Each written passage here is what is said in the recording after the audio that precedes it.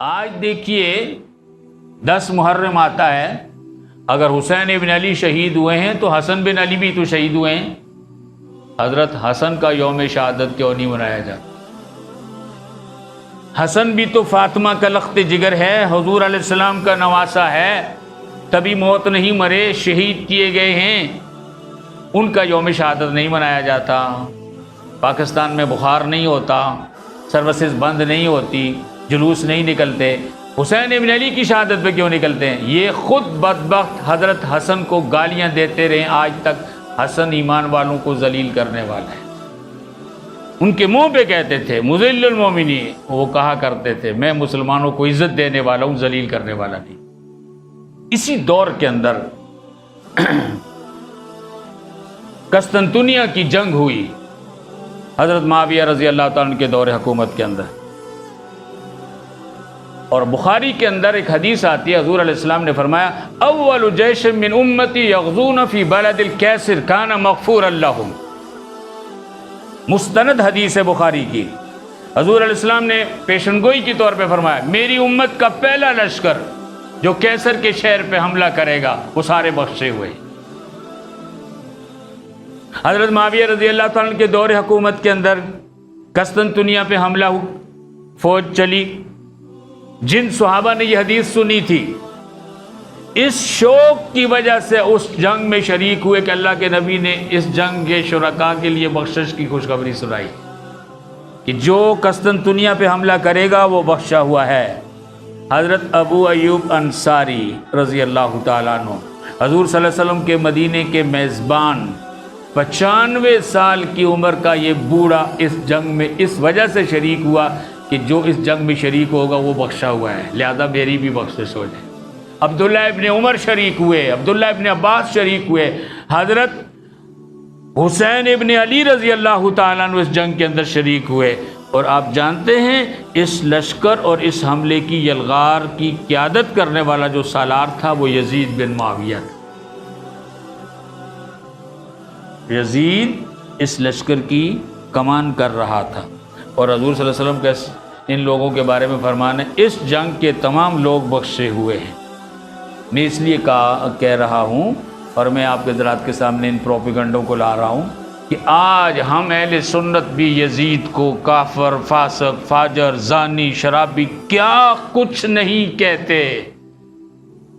کبھی آپ نے یہ زحمت گوارا کی ہے کہ حضور علیہ السلام کی زبان سے یزید کے بارے میں آپ تحقیق کر لیں؟ آج یزید کو گالی بنا دیا، دشمن نے نہیں دوستوں نے بھی، اہل سنت نے بھی گالی بنا دیا۔ آج یزید نام کوئی مسلمان اپنے بچے کا نہیں رکھتا، یہ اب کی بات ہے، پہلے ایسا نہیں تھا۔ آپ سند احادیث کی اسناد کے اندر دیکھیں، صرف بخاری شریف کے اندر 200 محدثین اسناد کے اندر ایسے آتے ہیں جن کا نام یزید ہے۔ گویا پچھلے زمانے میں خیر القرون کے دور میں ایسا ماحول نہیں تھا جو آج صدیوں کے پروپیگنڈے کے بعد مسلمانوں کے اندر مشہور ہو گیا۔ اللہ کے نبی صلی اللہ علیہ وسلم نے اس پورے لشکر کے لیے بخشش اور مغفرت کی۔ دیکھیے میں یزید کی صفائی نہیں پیش کرتا یا یزید کا حسین ابن علی کے ساتھ موازنہ نہیں پیش کرتا، تقابل نہیں پیش کرتا۔ حضرت حسین صحابی ہیں، یزید تابعی ہے۔ میرا ایمان کہتا ہے کہ حسین ابن علی کے جوتے سے لگنے والی مٹی کا بھی یزید مقابلہ نہیں کر سکتا، لیکن حقائق حقائق ہیں۔ یزید کو یوں بدنام کرنا اور حسین ابن علی کا قاتل قرار دینا یہ کہاں کا انصاف ہے؟ ابھی اس محرم کے اندر میں آج جمعہ پر بھی بات کر رہا تھا، اہل تشیع کے ایک بہت بڑے عالم ہیں کوئٹہ بلوچستان کے، ابھی ان کی ویڈیو آپ دیکھ سکتے ہیں، انہوں نے کہا کہ حضرت حسین کو تو کوفیوں نے قتل کیا۔ اس دفعہ کی بات کر، کوفیوں نے قتل کیا ہے، اور اہل حق علماء بہت پہلے سے کہتے چلے آ رہے ہیں کہ حسین ابن علی رضی اللہ تعالیٰ عنہ کے قاتل یزید نہیں ہے۔ دیکھیے یہ بات تاریخ کے اندر مشہور کی جاتی ہے کہ اہل کوفہ نے حسین ابن علی کو مکہ سے خروج پر مجبور کیا، خطوط لکھے، وفود بھیجے بار بار کہ آپ کوفہ آ جائیں، ہم آپ کے ہاتھوں پر بیعت کرنا چاہتے ہیں، ہم یزید کی ولیعہدی کو اور اس کی خلافت کو تسلیم نہیں کرتے۔ اور حضرت حسین ابن علی اپنے خاندان کے ساتھ نکلتے ہیں، اس وقت ان کے قریب ترین رشتہ داروں نے ان کو سختی کے ساتھ منع کیا کہ آپ ایسی غلطی نہ کریں، اگر جانا ہے تو آپ اپنی فیملی کو اور بچوں کو اور عورتوں کو لے کر نہ جائیں۔ حضرت عبداللہ ابن عباس نے کہا تھا، حسین مجھے لگتا ہے کہ تم اس طرح اپنی عورتوں کے سامنے شہید کر دیے جاؤ گے جیسے حضرت عثمان غنی رضی اللہ تعالیٰ عنہ کو اپنی بیوی بچوں کے سامنے شہید کر دیا گیا۔ اور جب حضرت حسین ابن علی کو خواتین کے اندر شہید کیا گیا، اس وقت وہ عبداللہ ابن عباس کی بات کو یاد بھی کر رہے تھے، اور ان کے سگے جو بھائی تھے وہ اس کے ساتھ نہیں نکلے تھے کہ آپ سیاسی طور پر یہ ٹھیک نہیں کر رہے۔ یہاں ایک بات، ایک تاریخی حقیقت ہے، میں نے اس لیے محرم کے حقائق کے عنوان سے یہ بات کا سلسلہ شروع کیا ہے۔ کہا جاتا ہے کہ حسین ابن علی رضی اللہ تعالیٰ عنہ کو یزید اور اس کی حکومت نے اس لیے مروا دیا کہ وہ ان کے خلاف کوفہ کے اندر ایک دوسری حکومت قائم کرنا چاہتے تھے۔ لیکن میرے دوستو، حسین ابن علی رضی اللہ تعالیٰ عنہ کو راستے کے اندر مسلم بن عقیل کی شہادت کے بعد جب یہ حالات حقائق پہنچے کہ کوفیوں نے بے وفائی کر دی، تو انہوں نے فیصلہ کیا کہ یا تو میں واپس مکہ چلا جاؤں، یا میں سرحد کے اوپر جہاد میں شریک ہو جاؤں، یا میں دمشق میں یزید کے پاس چلا جاؤں اور یزید کے ساتھ میں اپنے معاملات کو طے کروں، جس طرح میرے بڑے بھائی حسن نے یزید کے باپ حضرت معاویہ کے ساتھ صلح کر لی تھی، میں بھی یزید کے ساتھ اپنے بھائی کی طرح صلح کر لوں گا۔ اس مقصد کے لیے حسین ابن علی رضی اللہ تعالیٰ عنہ اب کوفہ جانے کے بجائے دمشق کی طرف چل پڑے۔ بہت سے مورخین نے لکھا ہے، آج بھی لکھا ہے، ماضی میں بھی لکھا ہے، عرب کے نقشوں کے ساتھ لکھا ہے کہ کربلا نام کی جگہ کوفے کے راستے میں کوئی شہر نہیں آتا۔ مکہ اور مدینہ سے آپ شام کی طرف جائیں تو کربلا دمشق کے راستے میں۔ حسین ابن علی رضی اللہ تعالیٰ عنہ کا کربلا میں شہید ہونا یہ ایک ایسی دلیل ہے کہ حسین ابن علی کوفے جاتے ہوئے نہیں مارے گئے، دمشق جاتے ہوئے مارے گئے۔ مثال کے طور پر دوستوں سمجھانے کے لیے عرض کرتا ہوں، راولپنڈی میں اگر کوئی شخص ہے جو پاکستان کی حکومت کے خلاف بغاوت کر کے پشاور میں ایک نئی حکومت بنانا چاہتا ہے، اور پشاور کے لوگ اس کو بلاتے ہیں کہ آپ یہاں آئیں، ہم آپ کے ہاتھوں پر بیعت کرتے ہیں اور ہم حکومت کے خلاف ایک حکومت بناتے ہیں، یہ آدمی یہاں سے نکلتا ہے لیکن یہ لالا موسیٰ اور گجرات میں مارا جاتا ہے، تو آپ کیا سوچیں گے کہ یہ بندہ پشاور جاتے ہوئے مارا گیا یا لاہور جاتے ہوئے مارا گیا؟ یہ پشاور تو نہیں جا رہا نا، پنڈی سے لالا موسیٰ میں مارا گیا، گجرات میں مارا گیا، جہلم میں مارا گیا، تو یہ تو لاہور جا رہا تھا۔ حضرت حسین ابن علی رضی اللہ تعالیٰ عنہ کربلا کے مقام پر شہید کیے گئے۔ کربلا نہ ماضی میں نہ آج تو گوگل کا دور ہے، ابھی چیک کرو، مکہ مدینہ سے کوفے کو جاتے ہوئے راستے میں کربلا نام کا کوئی شہر نہیں ہے، آج بھی نہیں ہے نقشے میں۔ وہ تو دمشق جا رہے تھے، جب وہ دمشق جا رہے تھے، یزید کے پاس جا رہے تھے، تو یزید پاگل تھا اپنے گھر آنے والے کو قتل کر دے؟ حقیقت یہ ہے کہ حضرت حسین ابن علی رضی اللہ تعالیٰ عنہ جب فیصلہ کر چکے کہ میں یزید کے پاس جا رہا ہوں، میں یزید کے ساتھ وہ معاملہ کروں گا جو میرے بڑے بھائی حسن نے یزید کے باپ حضرت معاویہ کے ساتھ کیا ہے، تو اہل کوفہ کو فکر لاحق ہوئی کہ یہ یزید تو معاویہ کا بیٹا ہے اور 19 سال معاویہ نے ہمیں سر نہیں اٹھانے دیا، اب ہماری خیر نہیں ہوگی۔ لہٰذا انہوں نے فیصلہ کیا کہ حسین ابن علی زندہ دمشق نہیں پہنچنا چاہیے، ورنہ ایک کوفی بھی نہیں بچے گا۔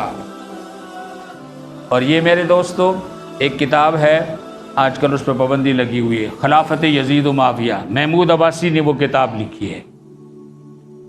اس نے تاریخی حقائق سے یہ بات لکھی ہے کہ یہ آدھے گھنٹے کی لڑائی ہے، یہ آدھے گھنٹے کی لڑائی ہے، نہ کوئی پانی بند ہوا ہے، نہ اس قسم کی کہانیاں ہوئی ہیں جو کہانیاں کربلا کے حوالے سے قصہ کے اندر مشہور کر دی گئی ہیں۔ تو حضرت حسین ابن علی رضی اللہ تعالیٰ عنہ کو یزید کے ساتھ صلح کے لیے اور اپنی موت کو دیکھتے ہوئے کوفیوں نے ان کو مروا دیا وہاں پہ۔ اور یہ صرف پہلا واقعہ نہیں ہے کہ مسلمانوں کو آپس کے اندر لڑایا گیا۔ جنگ جمل، جنگ صفین، یہ ساری جنگیں جو پچھلے ادوار کے اندر حضرت علی رضی اللہ تعالیٰ کے دور میں حضرت علی اور حضرت عائشہ، باپ ماں اور بیٹے کے درمیان، ساس اور داماد کے درمیان جو جنگیں ہوئی، یہ ساری جنگیں یہودیوں نے کروائی تھی۔ مسلمان صلح تک پہنچ جاتے تھے اور راتوں رات دونوں طرف سے حملہ ہوتا تھا، پتہ نہیں چلتا تھا کس نے ان کو آپس میں لڑا دیا۔ تو بہرحال میرے دوستو، واقعہ کربلا کا جو حقیقی پس منظر ہے وہ اتنا سا ہے۔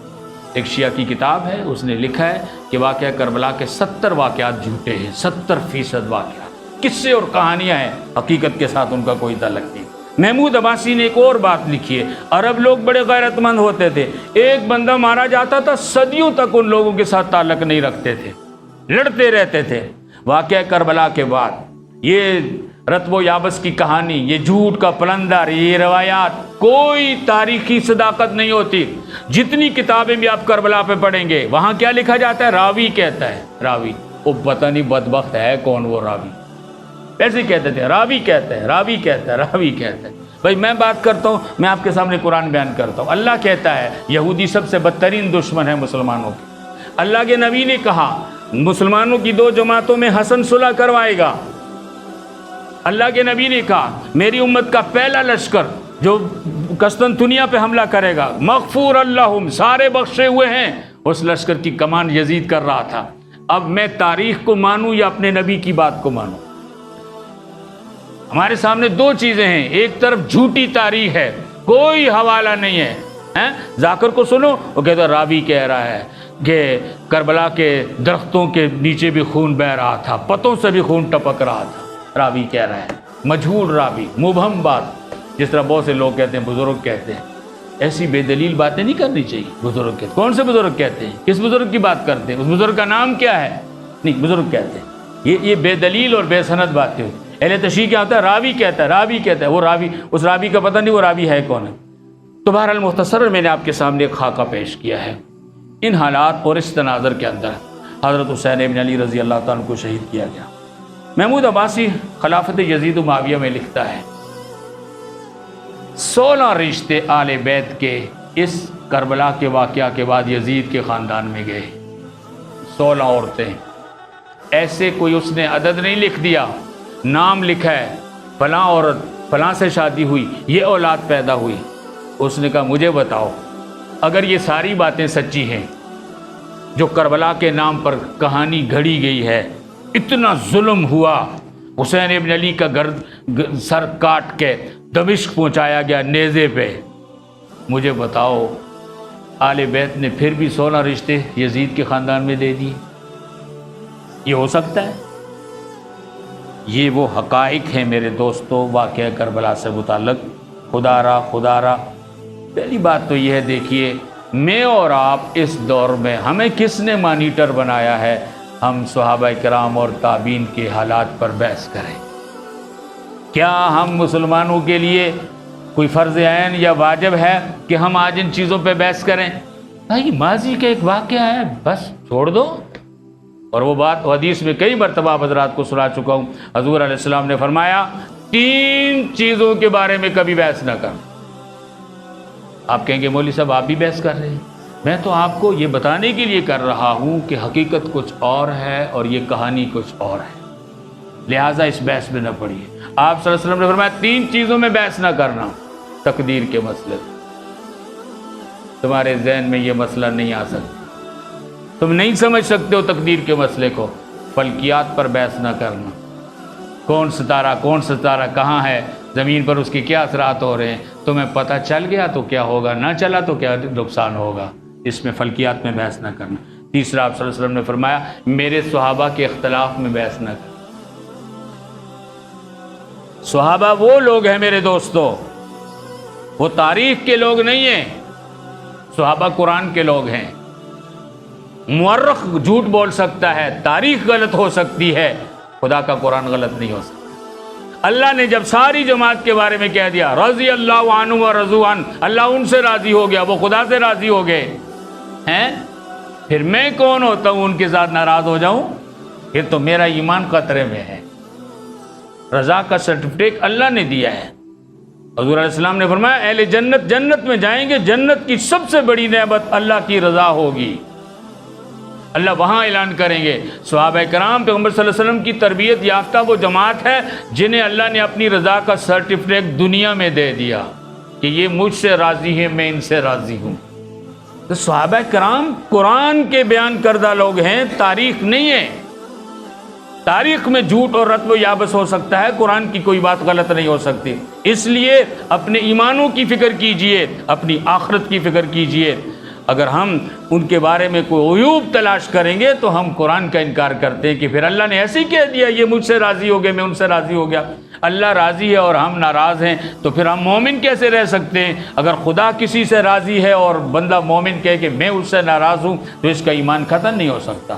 بہرحال یہ وہ تاریخی حقائق تھے واقعہ کربلا سے متعلق جو میں نے اختصاراً آپ حضرات کے سامنے عرض کر دیے۔